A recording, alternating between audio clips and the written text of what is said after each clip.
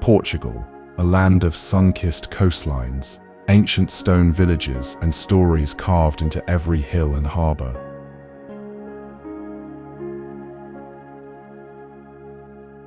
While many know its famous cities like Lisbon and Porto, beyond the postcards lies a Portugal less travelled.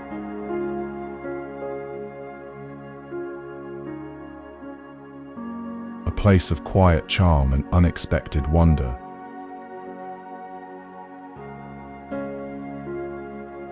Tucked between mountain ridges and wild Atlantic shores, this country holds secrets most tourists never find.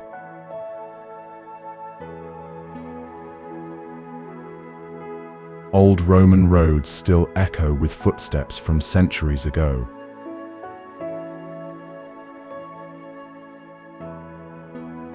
Forgotten fishing villages continue traditions passed down through generations.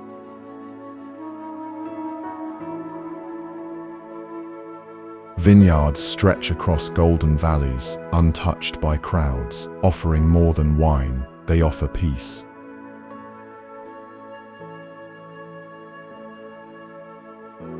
From the forests of the north to the dramatic cliffs of the south, Portugal reveals itself slowly.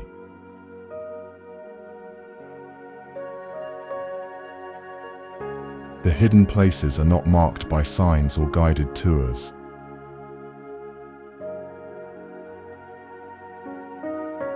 They are felt in the silence of a medieval monastery, the rhythm of a village festival, or the salt on the breeze in a coastal town no one talks about.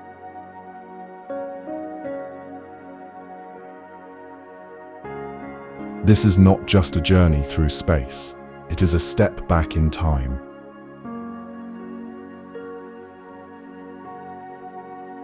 A discovery of places where history whispers and nature speaks in its own tongue.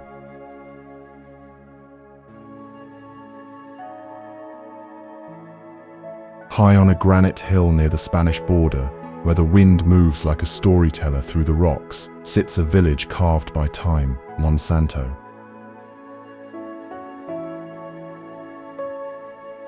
Here, stone is not just part of the landscape, it is the village itself. Massive boulders rest on rooftops.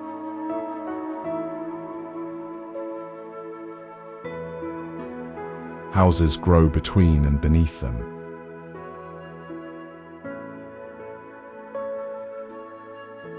Narrow cobbled paths twist like roots through ancient walls, where every step feels like a walk through legend.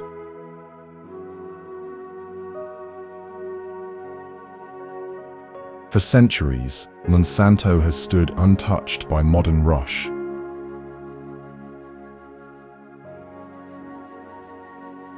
It earned the title of the most Portuguese village in Portugal, but it wears that honor quietly. Life moves slowly here.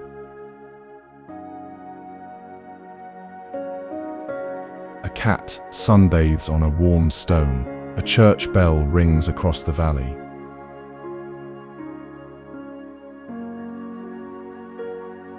From the ruins of the old castle above, the view stretches across fields and forests, all the way to the horizon.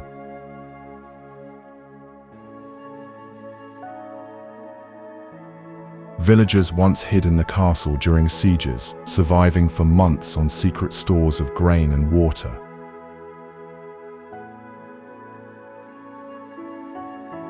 That resilience still lingers in the stones, in the silence, in the way the village holds its history close. Monsanto is not a museum, it is alive, with footsteps, with wind, with memory. Hidden deep in the mountains of central Portugal, where the slopes are steep and silence comes easy, lies a village that seems to have stepped out of a dream, Piódão.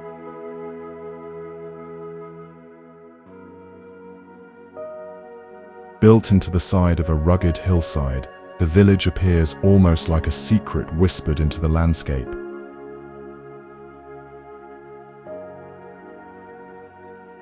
Its homes are made of shit stone, dark and glimmering, with bright blue doors and window frames that stand out like brushstrokes on a canvas.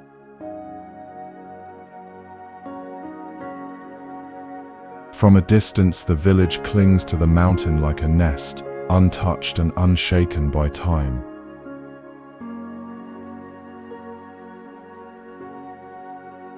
Getting here is not simple. The road winds and narrows, climbing through forests and valleys.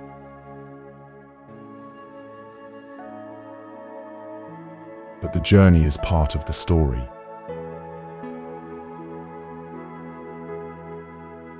As you arrive, the noise of the world fades away, replaced by the sound of water running through stone channels and the occasional voice echoing between the narrow alleyways.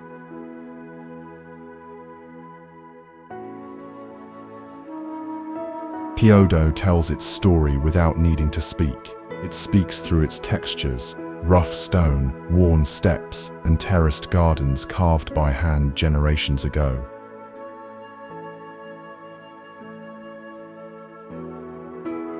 The whitewashed church at its heart glows against the darker homes, a beacon of calm in a place already so still. Once isolated by geography, Piódão has kept much of its soul intact. In the highlands of eastern Portugal, near the border where the land begins to rise and the air turns crisp, stands a village frozen in stone, Sortelha.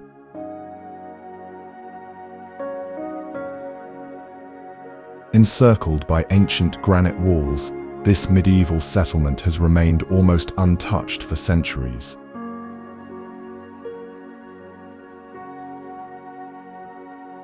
As you pass through the arched gateway, time seems to shift.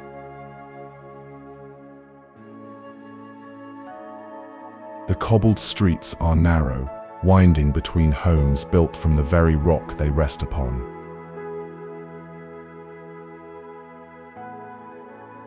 There are no modern intrusions here, only silence, stone and sky.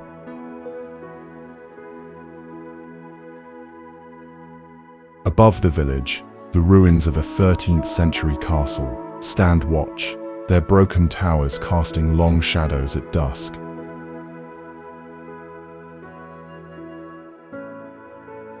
From these battlements, the view stretches across hills and valleys, untouched and wild.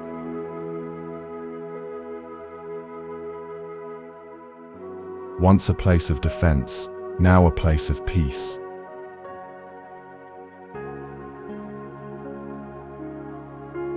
In Sortelha, history is not behind glass.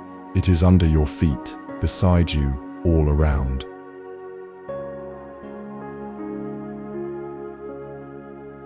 The stones are worn smooth by the passing of generations. Ivy climbs over ancient doorways.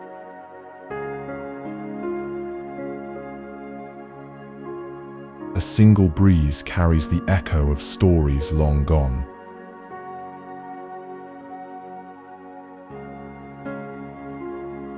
On a quiet hilltop in the far northeast of Portugal, close to the Spanish border, stands a village wrapped in stone and silence, Castelo Rodrigo.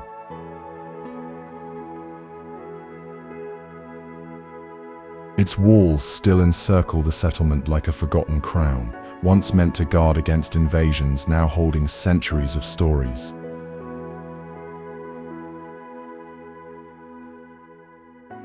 As you pass through the gates, it feels like stepping into a memory.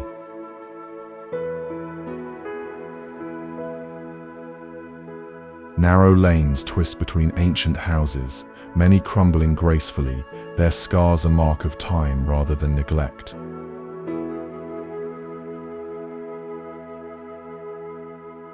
The air here carries weight of battles fought, of faith challenged, of communities that rose and vanished.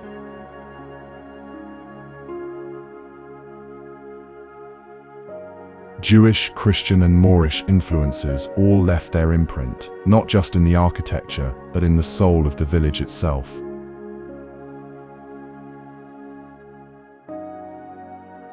Above it all, the ruins of the medieval castle remain.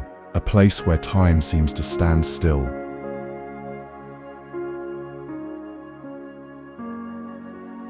From its crumbling towers, the view reaches across endless plains, quiet and golden under the sun.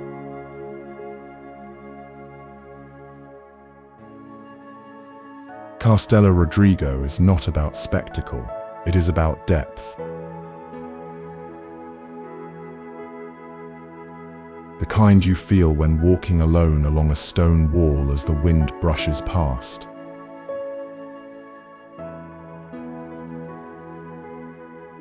The kind you hear in the crunch of gravel underfoot. Clinging to the edge of a steep cliff on Portugal's wild western coast, there is a village where whitewashed houses tumble toward the sea, Azenhas do Mar.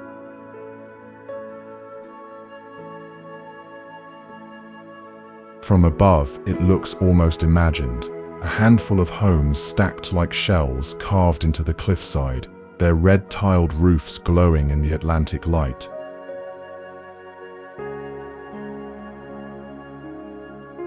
Below, the waves crash against black rock, steady and eternal.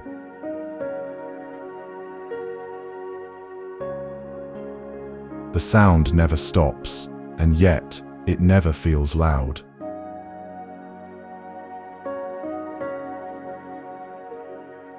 The name means watermills of the sea, a quiet nod to the past when mills turned with the rhythm of fresh water flowing down to meet the ocean.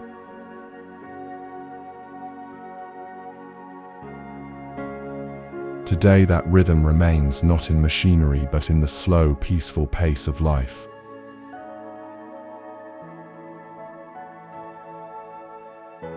At the base of the cliff, a natural seawater pool forms with the tides.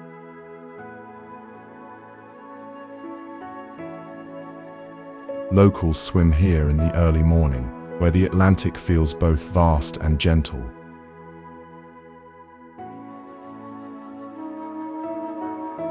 A single restaurant watches over the scene, serving fish so fresh it seems the sea itself brought it to the plate.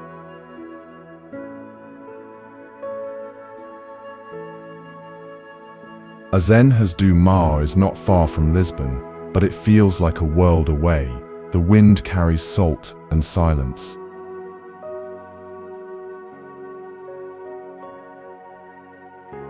Where the land ends and the Atlantic begins, just north of Cabo da Roca, the westernmost point of continental Europe, there is a beach that almost hides from the world.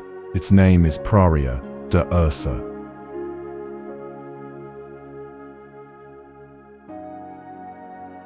To reach it, there is no easy road, only a rugged path that winds down steep cliffs, carved by wind and time.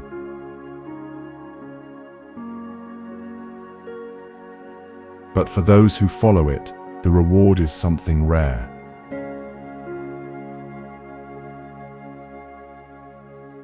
A secret cove of wild sand, crashing waves and towering sea stacks that rise like ancient guardians from the water.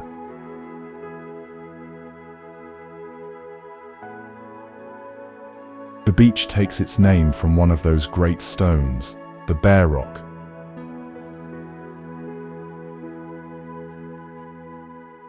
Shaped by nature to resemble a resting animal, it stands defiant against the tide, as if watching over the shore.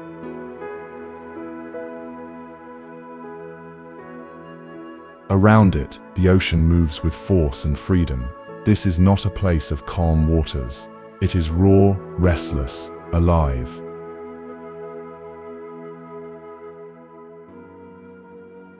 There are no cafes here, no lifeguards, no umbrellas, only cliffs, wind and sea.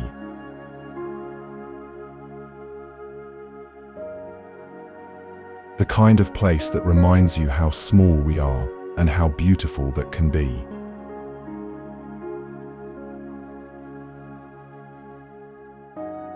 Praia da Ursa is not made for convenience. It is made for wonder. On the eastern edge of the Algarve, Far from the crowds and the noise lies a whitewashed village where time seems to stand still, Cacela Velha.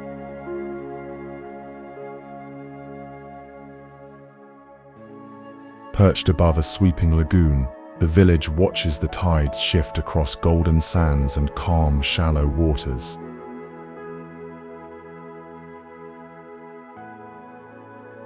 The view is wide and still, where the land gently fades into the sea.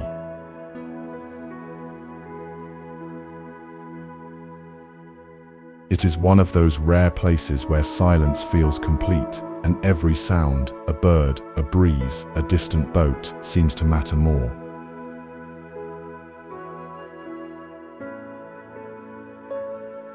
The village is small, just a few cobbled streets, a handful of homes, and a church that has stood for centuries.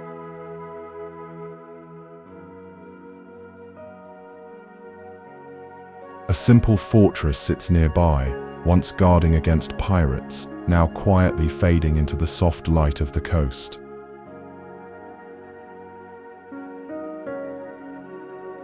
There is no rush here, no bright lights, just sun on white walls and the scent of salt in the air.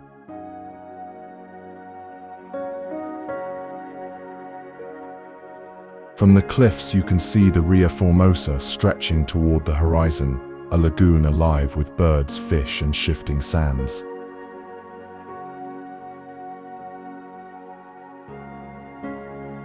At low tide, the sea pulls back to reveal a vast plain of rippled beach, untouched and open.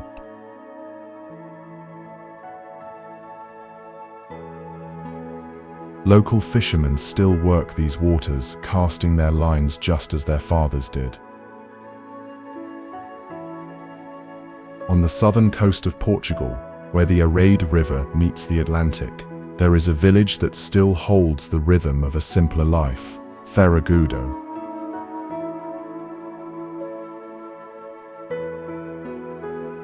Whitewashed houses line narrow, sloping streets.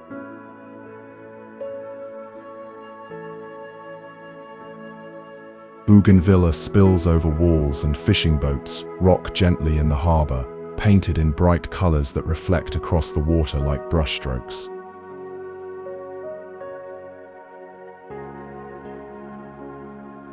This is a place where the sea is not just scenery, it is tradition, livelihood, and home.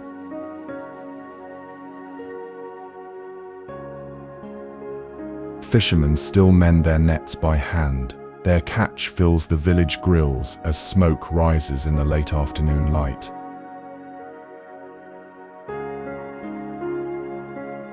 The scent of grilled sardines drifts through alleyways, where cats nap in the shade and time moves gently, without urgency.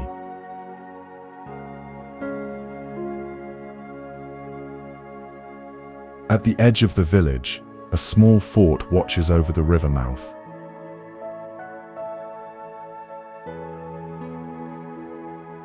Built in the 17th century, it once guarded the coast from invaders.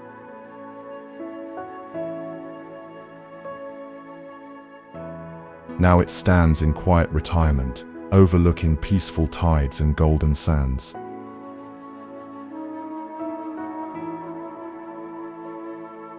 Beaches curve along the shoreline just beyond the village.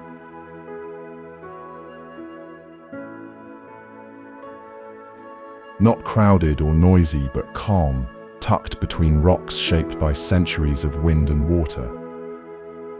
On the border between the Algarve and the Alentejo, where rolling green hills meet the open Atlantic, there is a village that listens to the rhythm of two worlds, Odeceixe.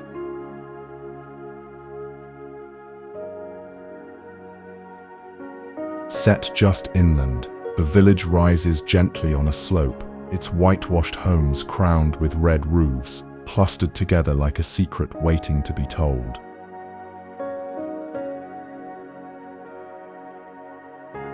The streets are narrow and quiet, curving with the land, not against it.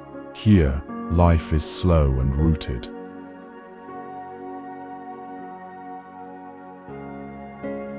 Children play in the square, and the bakery's scent drifts through open windows each morning.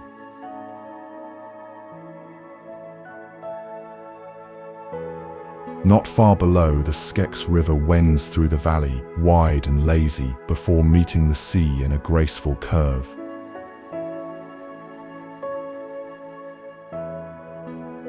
It forms a beach, unlike any other, half river, half ocean, one side calm and still.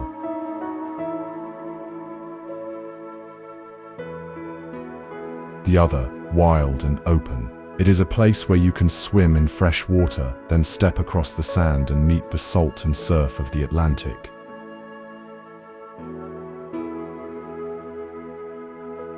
This meeting of water mirrors the village itself, part inland farming town, part coastal refuge. Odeceixe is shaped by both.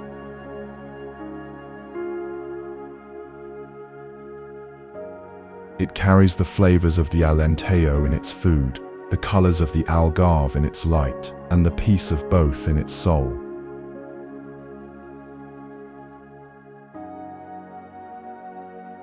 High above the Alentejo plains, balanced on a ridge of rock and sky, there is a village where the world feels distant, Marvão.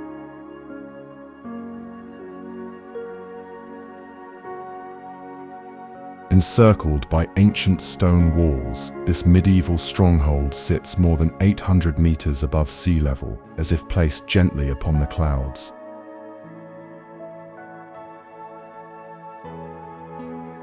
From its narrow streets, the land below stretches endlessly, olive groves, rolling hills and winding rivers fading into the horizon.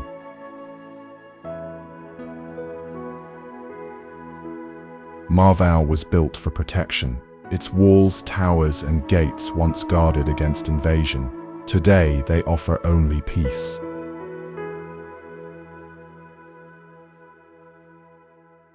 The village is still, like the air before a story is told. Stone houses line steep, silent lanes. Flowers spill from windows.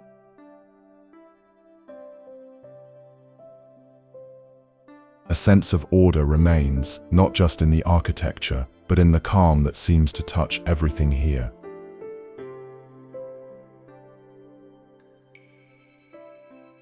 At the heart of it all stands the castle, strong, quiet, and proud.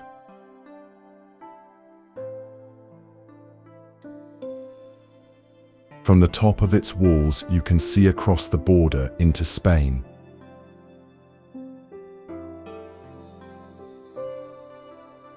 You feel not just above the landscape, but outside of time itself.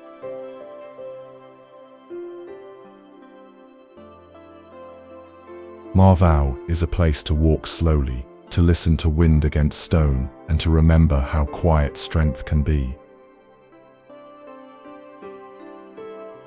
In the heart of the Alentejo, where the land turns dry and golden, and the Guadiana River cuts through stone and silence, there is a village that remembers many worlds, Mértola.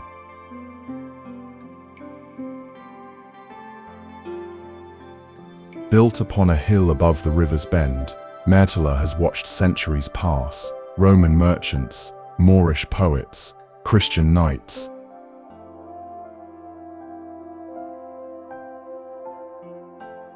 Each one left a mark, and the village carries them all like layers of light and shadow.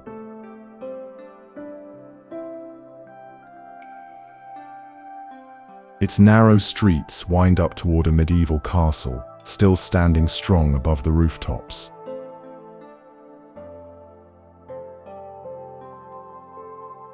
From there the view falls gently down to the river, where boats once brought spices, silks and stories from far away.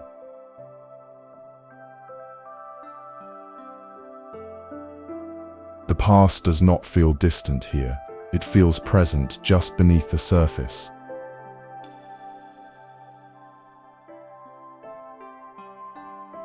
The whitewashed houses reflect the sun. The old mosque, now a church, holds the memory of two faiths under one roof.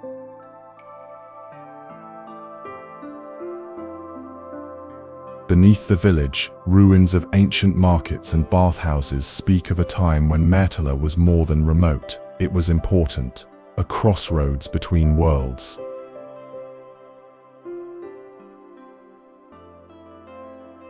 But now, it is quiet. Birds glide over the river, wind moves softly through olive trees. There is space here to breathe, to wander, to feel the weight of history not as burden but as presence. Nestled on the eastern slopes of the Serra da Estrela, where the hills roll towards Spain and the sky stretches wide, there is a village where memory runs deep, Belmonte.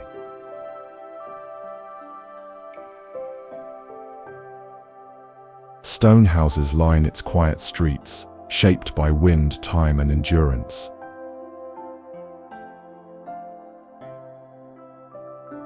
The name means beautiful mountain, and it fits not just for the views, but for the strength rooted in the land and its people.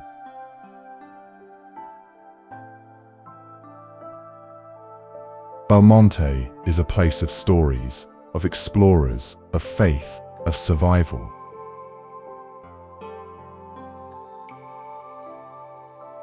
It was here that Pedro Álvares Cabral was born, the man who led the voyage that first brought Europeans to Brazil.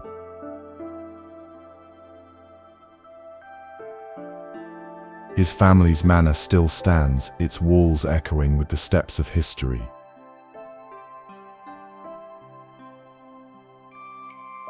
But there is another story that runs just as deep.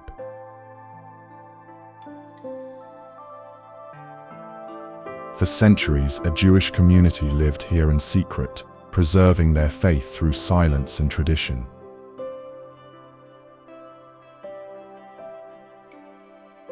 Hidden rituals, whispered prayers. Today, that silence has turned to remembrance.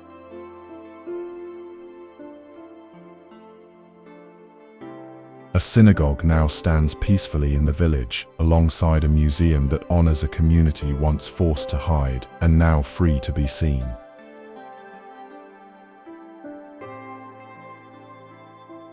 Above the village, the ruins of a medieval castle look out across valleys and borders. In the wide and silent plains near the Spanish border, there lies a village shaped not by chance, but by strategy, Almeida.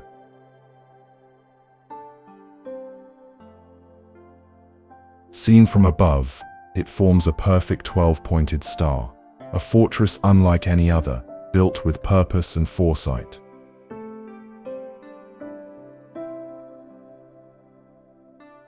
Each bastion, each wall, each line in stone was drawn with defense in mind, and yet there is beauty in the geometry.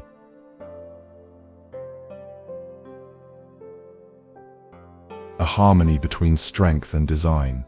Almeida's history is written in battles and sieges.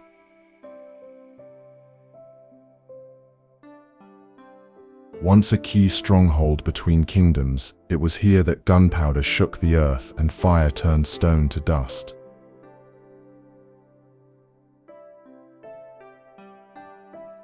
The scars remain, deep walls, moats, and underground passages, still echoing with the memory of resistance.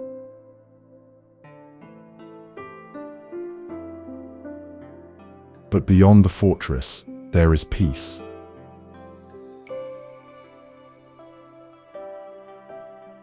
The village within the walls is calm, quiet, and orderly. Cobbled streets stretch in careful lines.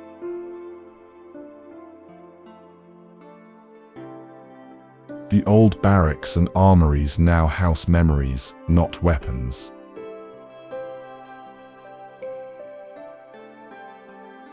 The rhythm of life moves slowly here, between gardens and quiet courtyards. Locals nod as they pass, carrying on in a place that once held the weight of war, and now holds only the passage of time. In the far north of Portugal, where green mountains rise and the air holds the scent of pine and rain, there is a village shaped by time and by hand, Sistelo.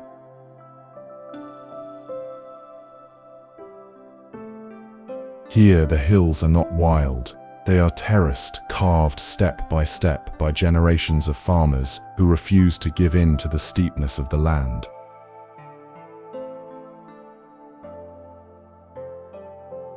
Each level is a labor of love, narrow, green, and still in use today.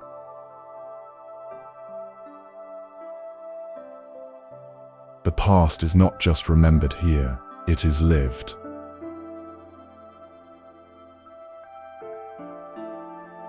This is a place where the rhythm of life follows the seasons.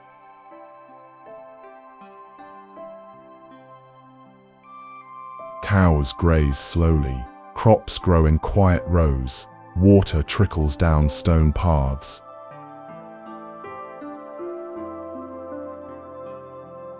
The land is not conquered, it is cared for, carefully, patiently, always with respect.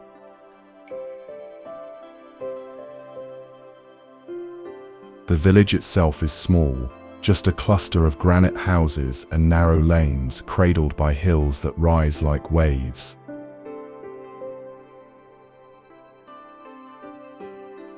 Elderly voices echo from open doors, dogs rest in doorways. There is no rush, only presence.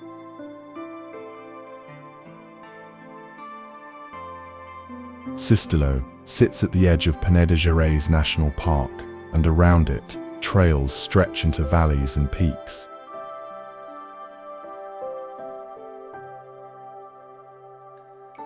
Hidden deep within a narrow gorge, where cliffs rise sharply and the river rushes wild and cold, there is a bridge shrouded in legend, Ponte da Misarela.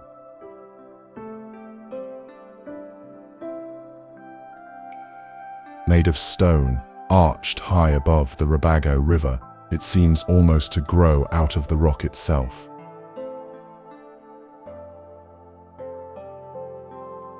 There are no signs, no roads that lead easily here.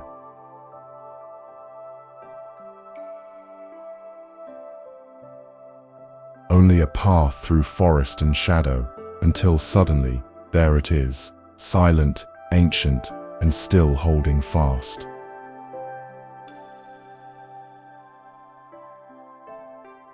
No one knows exactly when it was built, maybe in medieval times, maybe earlier.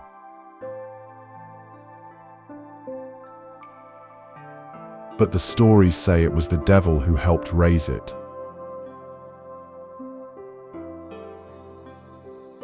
That a fugitive once struck a deal to cross the river and escape capture, and in return the devil demanded his soul.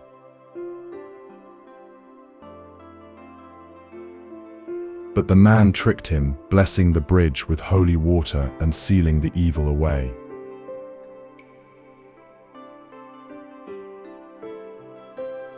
Since then, it has been called the Devil's Bridge, and also a bridge of miracles.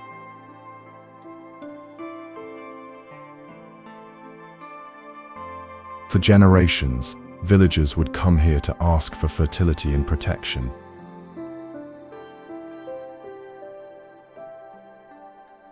They would pass beneath the arch, say quiet prayers, and leave tokens by the stones.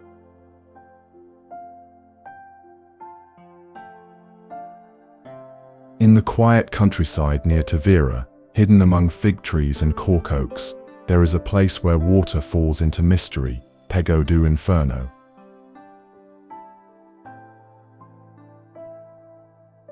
The name means pit of hell, but what you find here is far from fire and fury.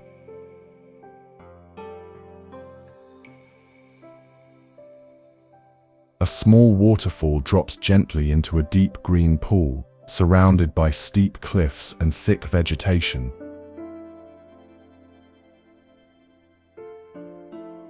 It feels secret, almost forgotten, a place untouched by time.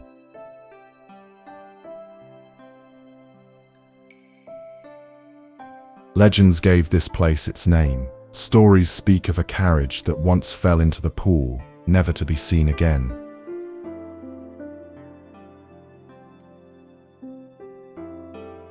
Locals believed the waters were bottomless, that spirits lived below, that it was a portal to the unknown.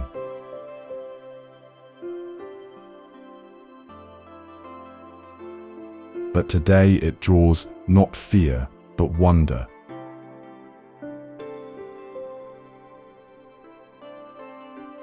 The sound of the cascade is soft, steady. Dragonflies skim across the surface.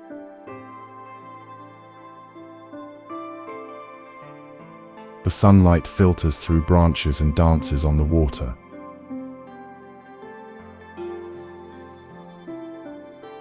It is cool, calm, and inviting, a perfect escape on a hot summer day.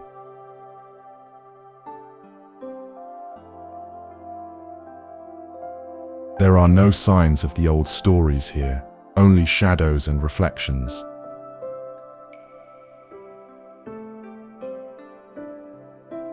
In the heart of Portugal, where limestone hills rise and fall like frozen waves, there is a place carved not by hands but by wind, water, and centuries. Buracas do Casmilo.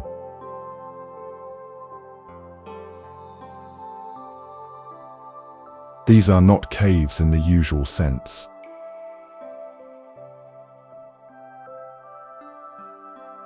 They are hollowed-out chambers, open to the sky and shaped like ancient amphitheaters, scattered across a rocky cliff face.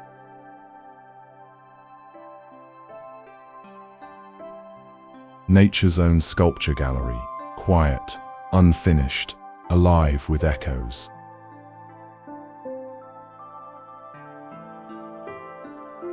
Once this land was part of a vast underground system.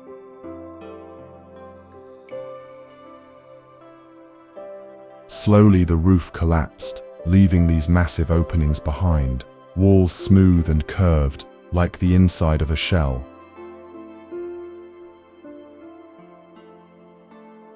Now they stand exposed, proud and strange, overlooking the green valley below.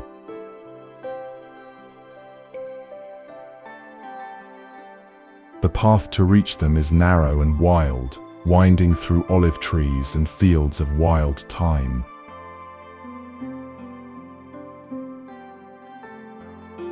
There are no crowds here, no noise, only the crunch of gravel, the call of a bird and the wind brushing past the stone.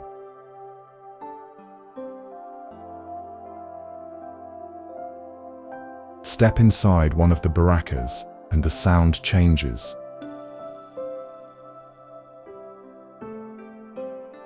Softer, more focused, as if the rock itself is listening.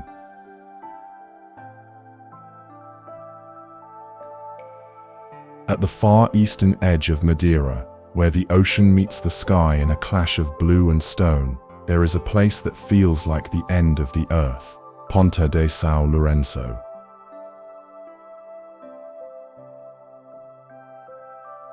Here, the lush forests and steep cliffs of the island fall away.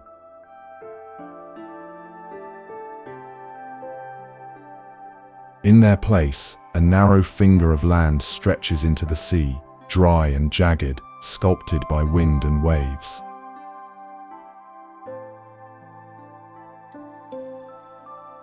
The colors shift from green to gold, from black volcanic rock to red earth.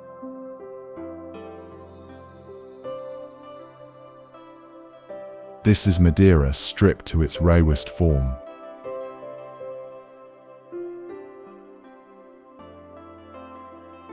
The path forward is exposed. There are no trees, no shelter.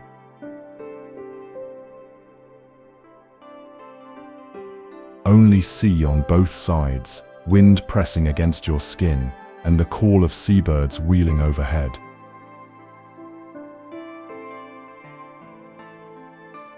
It is not gentle, it is wild, and that is where its beauty lives.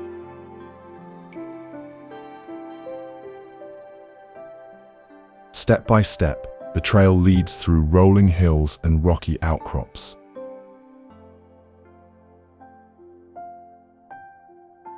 Every turn opens to another view, cliffs plunging into waves, distant islets rising from the ocean, and the endless horizon stretching forward like an unanswered question.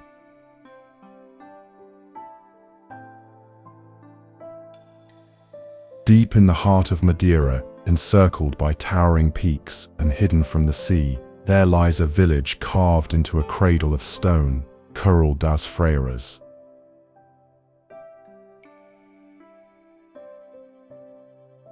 The name means Corral of the Nuns, a place of refuge, secrecy and silence.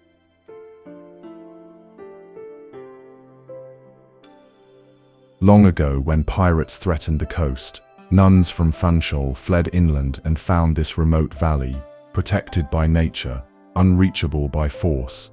It became their shelter, their sanctuary.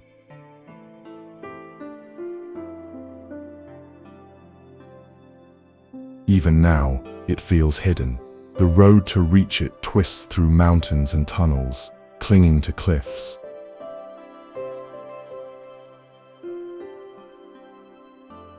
But as you descend into the valley, the landscape opens, green, immense, and still.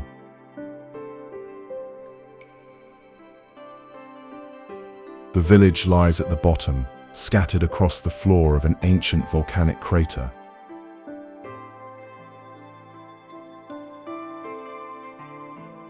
Around it, walls of rock rise like a cathedral built by nature, steep, silent, untamed.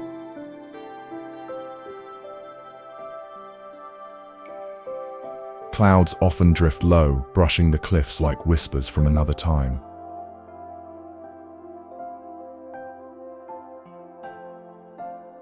Life here is simple. Chestnut trees grow on terraced hillsides. Small farms dot the valley. Locals speak softly, moving at a pace shaped by seasons, not schedules. You feel far from the world, not just in distance, but in rhythm.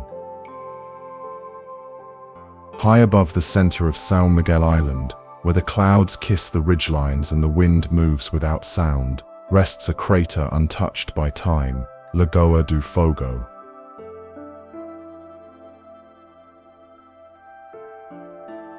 The Lake of Fire is not named for flame, but for its volcanic birth.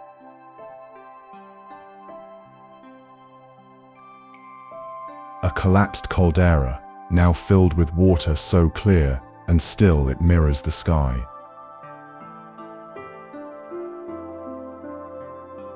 The journey to reach it is quiet, a winding road through mist and silence, up through green peaks and valleys carved by age.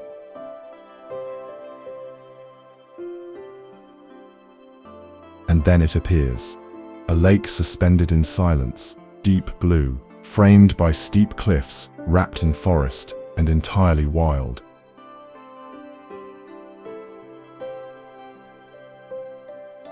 There are no buildings, no roads leading to its shore, only footpaths, only patience.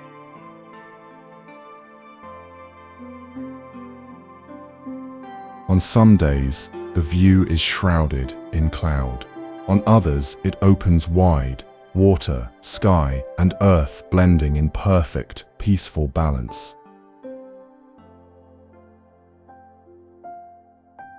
The lake changes with the light, it holds the wind, it reflects the sky.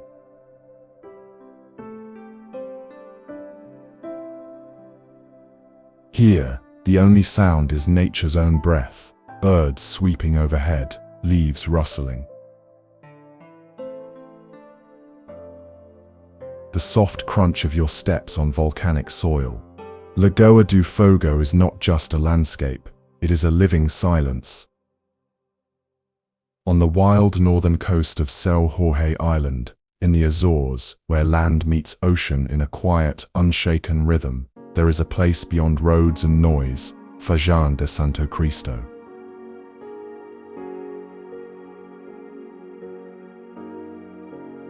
To reach it, there is no car, only a trail, winding down through cliffs, forests, and mist.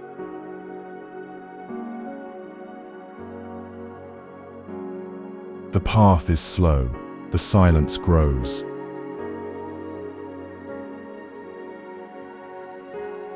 and then the land opens, a flat stretch of earth at the edge of the sea, shaped long ago by landslides and time.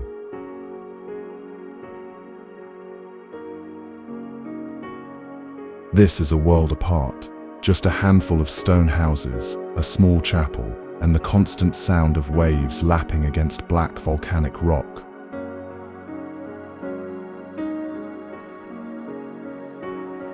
There are no crowds, no shops, just nature, presence, and the echo of something sacred.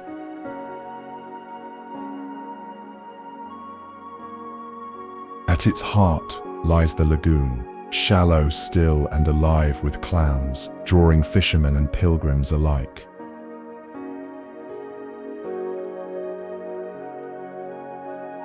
Once a year they come by foot or boat, in silence and devotion to honor the miracle of Santo Cristo.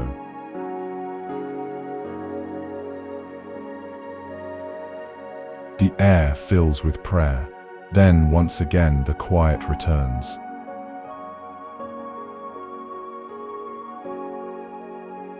The ocean here is not loud, it whispers, it waits.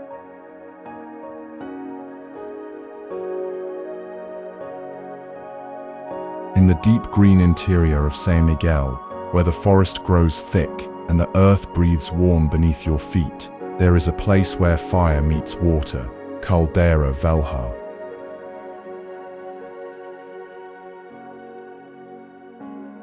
Steam rises gently from the forest floor. Ferns hang heavy with mist.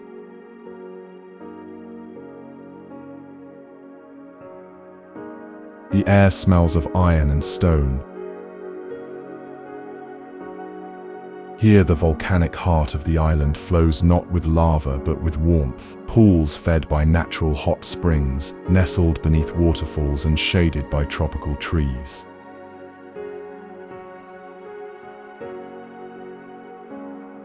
The sound is constant, but soft, water falling, bubbling, whispering over moss-covered rocks.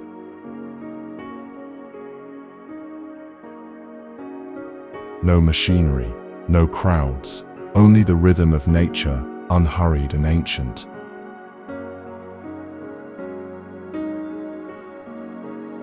The pools are shallow, warm, and amber in color, rich with minerals from deep within the earth.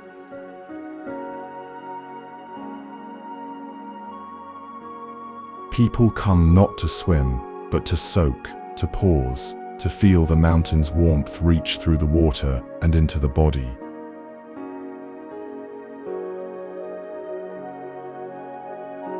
Above it all, a waterfall flows endlessly, not grand, but graceful. It is the heart of this place, simple, steady, alive.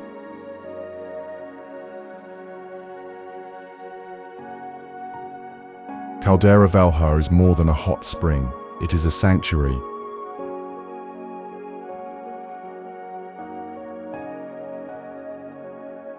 High in the lush highlands of San Miguel Island, where mist rolls over ridges and the sky shifts from silver to blue, lies a place born of fire, now ruled by stillness, Sete Cidades.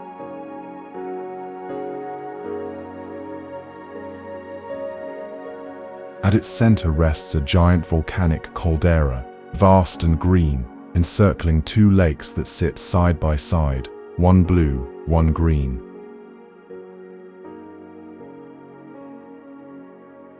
Legend says they were formed from the tears of two lovers, separated by duty but bound by sorrow. A shepherd and a princess, a broken goodbye, two lakes, forever watching each other in silence.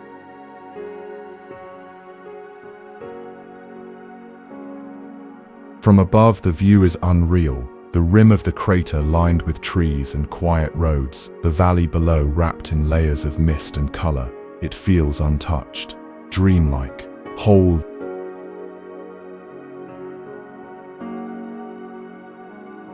The village of Sete Cidades sits quietly by the water. Life here is unhurried. Locals tend to gardens, to cattle, to time.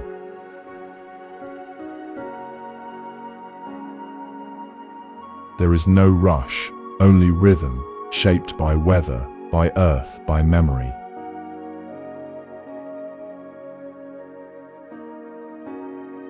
Trails wind across the crater's edge, each one revealing something new: cliffs, fields, wild flowers, and the vastness of the Atlantic just beyond the hills.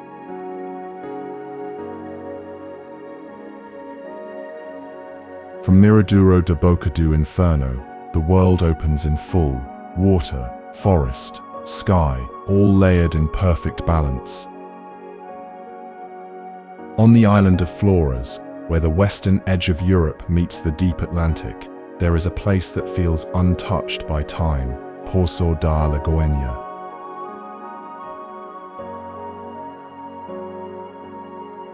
Also known as Lagoa dos Patas, this hidden lagoon rests beneath a towering cliff, where dozens of waterfalls cascade down mossy rock, like silver threads pulled from the clouds.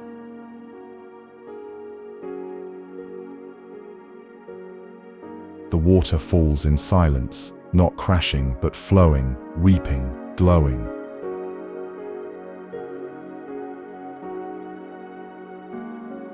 Reaching it is a quiet journey, a trail through dense hydrangeas and thick green hills.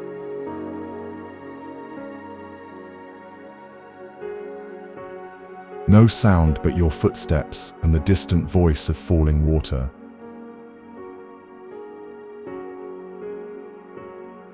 And then suddenly, the landscape opens.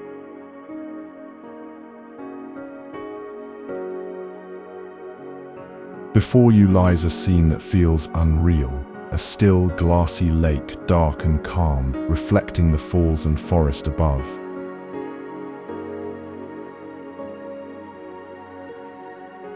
Around it, everything is alive: ferns, moss, mist.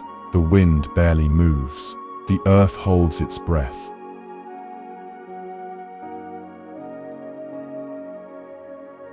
Locals call it the Enchanted Forest, and it is easy to understand why. There are no buildings here.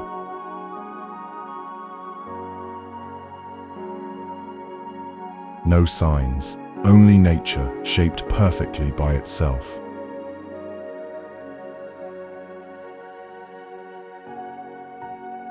On the wind-swept western coast of the Algarve, where cliffs meet ocean and the sky feels wide enough to hold your thoughts, there is a beach shaped by wind and time: Praia da Bordeira.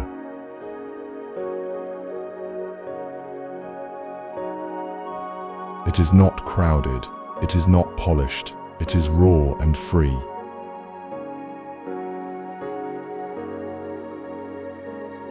A vast stretch of golden sand, backed by rolling dunes and carved by the steady rhythm of the sea.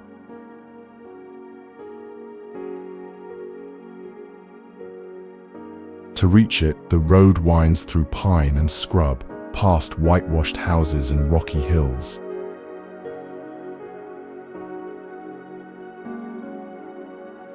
Then suddenly the land drops away, and the Atlantic opens before you, powerful, endless, wild.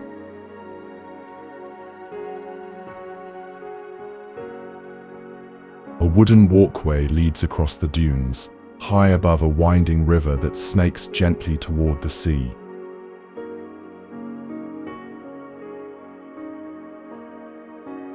The sound here is constant: the crash of waves, the rush of wind, the call of gulls echoing through open air.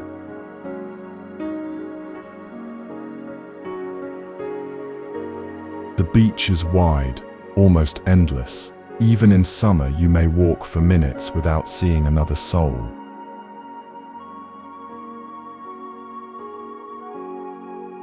The sand is soft and pale, the cliffs rise red and sharp.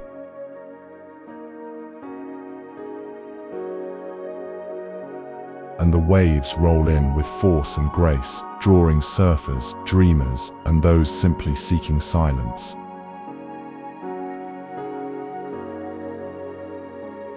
Far from the busy resorts and polished promenades of the southern Algarve, down a narrow dirt road that winds through hills and wild brush, There lies a beach almost forgotten by time, Vale Figueiras.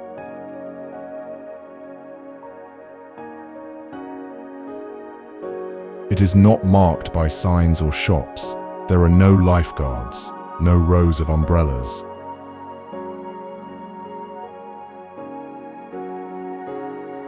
Just cliffs, waves and sand, and the deep, steady voice of the Atlantic rolling in from the horizon.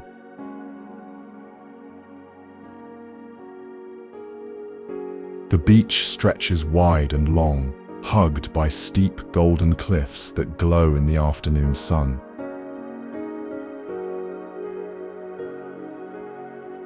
The sand is soft and pale, the ocean bold and cold, and above it all, the sky feels endless, open, empty, free.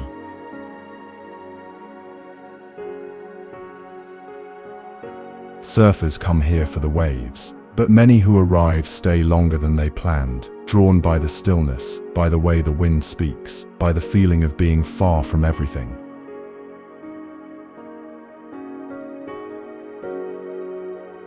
There is something ancient about this place. The cliffs crumble gently with age. The sea carves its rhythm, slow and eternal.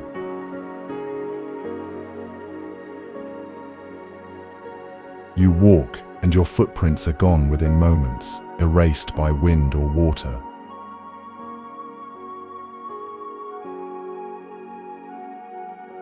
Vale Figueiras is not a beach for the casual tourist. It is a beach for wanderers.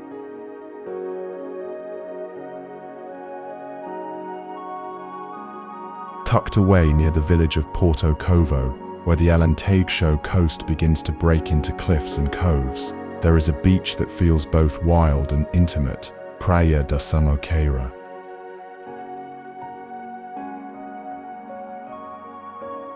It is not wide, it is not grand, but it is full of detail, small caves, rock pools, jagged formations rising from the sand like sculpture shaped by wind and tide.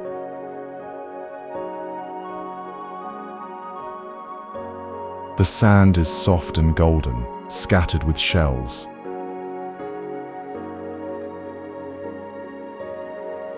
The water is clear, cool, and shifts in color from deep green to silver blue under the changing light.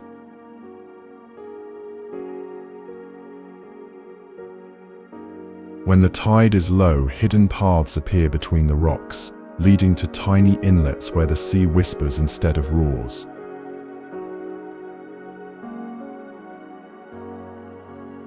Birds drift overhead. The cliffs hold shadows and silence.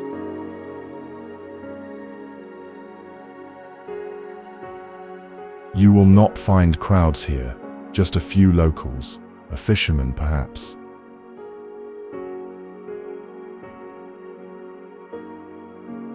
A traveler in no hurry.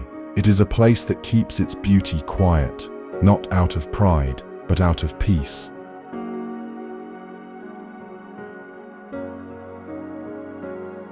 Praia da Samoqueira is not for noise, it is for watching, for feeling.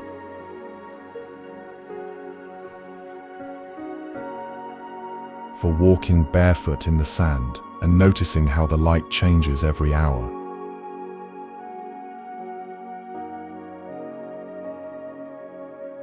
Along the sunlit cliffs of the Algarve, where golden stone meets the deep blue Atlantic, there is a beach that guards a secret, Praia de Benagil.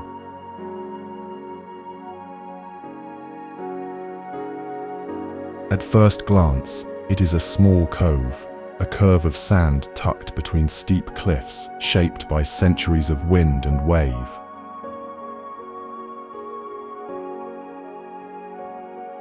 The ocean is clear and bold. The air carries the scent of salt and sun.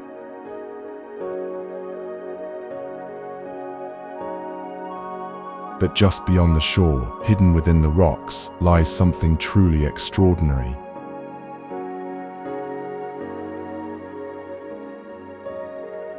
Carved by nature alone, the Benagil Sea Cave is a world within the world, a vaulted chamber of golden limestone, open to the sky above.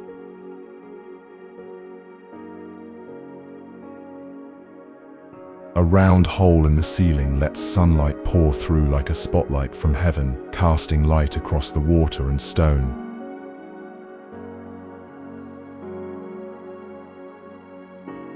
There is no road to it, no door. You must go by sea, a short paddle, a swim, or a gentle boat ride.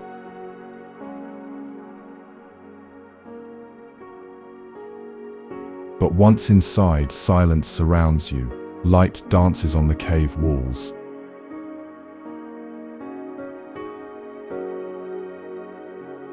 The tide shifts softly on the sand, and for a moment it feels like time has paused. This place is not loud, though many come. It is sacred in its own way, a space shaped only by nature where the sea has written its own story in stone. High in the Lozay Mountains, hidden among dense forests and winding paths, there is a village made of stone and silence, Talasnal.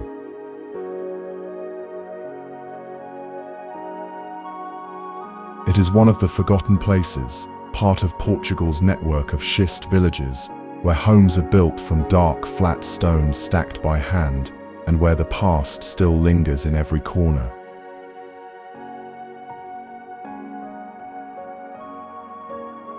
The path to Talasnal climbs slowly through pine and chestnut trees.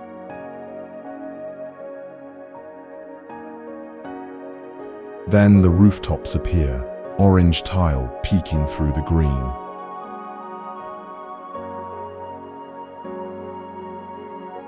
The village is small, a cluster of narrow lanes, quiet courtyards, and walls that seem to grow straight from the earth.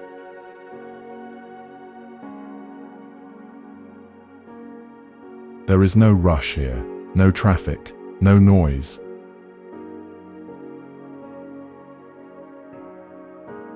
Just the sound of wind through leaves, the crackle of wood in a stove, the soft echo of footsteps on stone.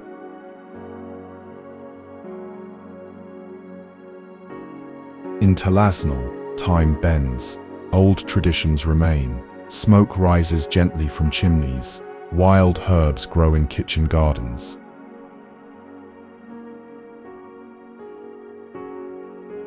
Small houses have been lovingly restored, but their spirit stays unchanged, humble, strong, and rooted.